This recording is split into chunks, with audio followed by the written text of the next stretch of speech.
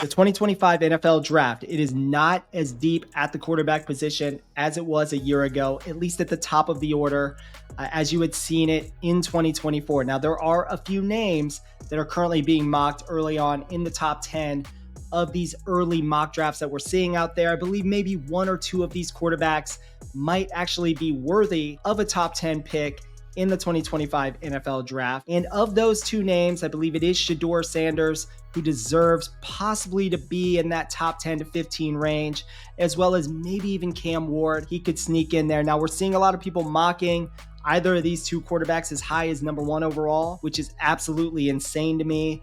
I really don't see how that's going to be a thing. I really think that any team that is QB needy at the top of the draft order at this point should absolutely try to build draft capital by moving back a little bit. Now, I did a video a few weeks ago right here on the channel asking all of you to let me know who you believe the QB1 would be between Shedeur Sanders and Cam Ward. Now, I currently favor Shedeur Sanders ahead of Cam Ward. I don't know if anything is really going to change that mindset at this point. I really like what Shedeur Sanders is as a player, how he projects to the NFL level in terms of what he can do on the field. Now, he's currently playing, in an NFL style offense, an NFL spread style offense. He's in full command of that Colorado offense. I've also seen Cam Ward. He's in full command of the offense that he is in at Miami as well. I just feel a lot more confident in what Shedeur Sanders is showing me, the stuff that he's able to do. He's able to check at the line of scrimmage, check in and out of run, check in and out of pass. He's got full control of the offense. You can see it in addition to all the stuff that you see on field, the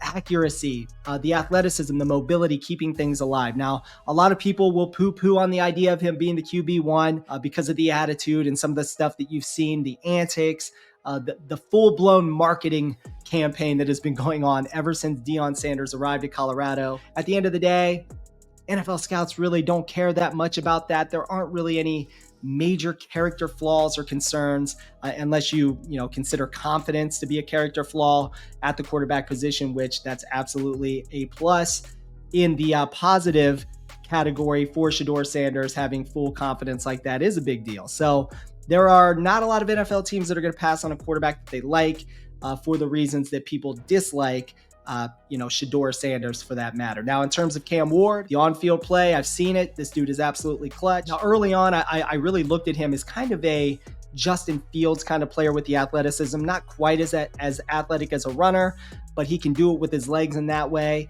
And then I looked at him as a passer a little bit like Jaden Daniels when he was in college, for example, and how that translated obviously where we're at with Jaden Daniels in the NFL with the Washington Commanders.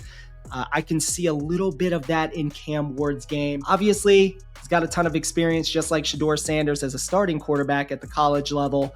But at the end of the day, I'm giving the nod to Shedeur Sanders as the QB1. And in the grades, they're like neck and neck right now. So, even the grades aren't giving me anything in regards to separation. So it's all going to come down to what we see, how things transpire the rest of the way during this 2024 college football season.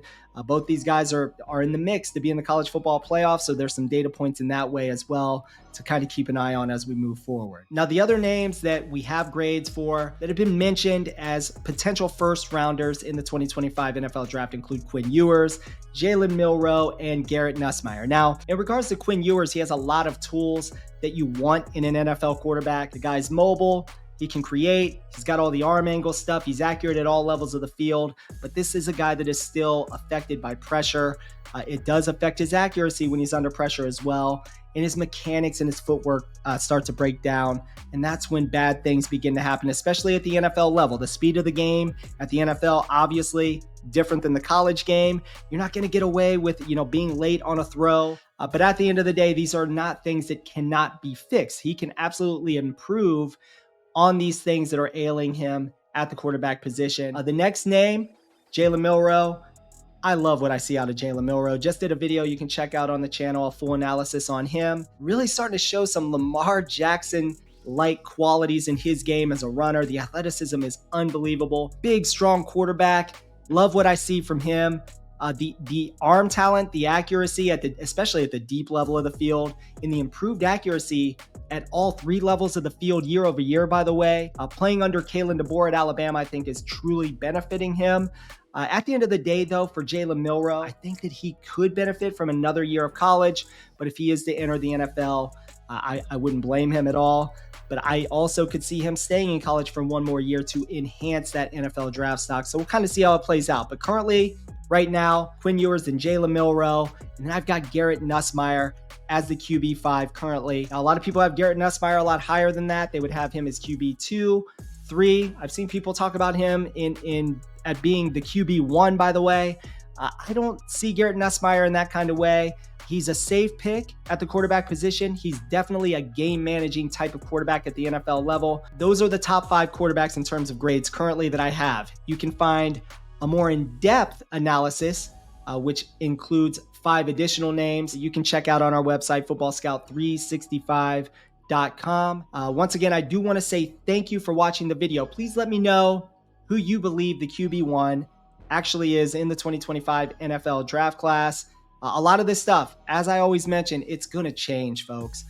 This NFL draft class, it's going to be up and down in terms of the rankings. There's a lot of confusion already among some of the analysts and scouts out there as to how they're going to order these things.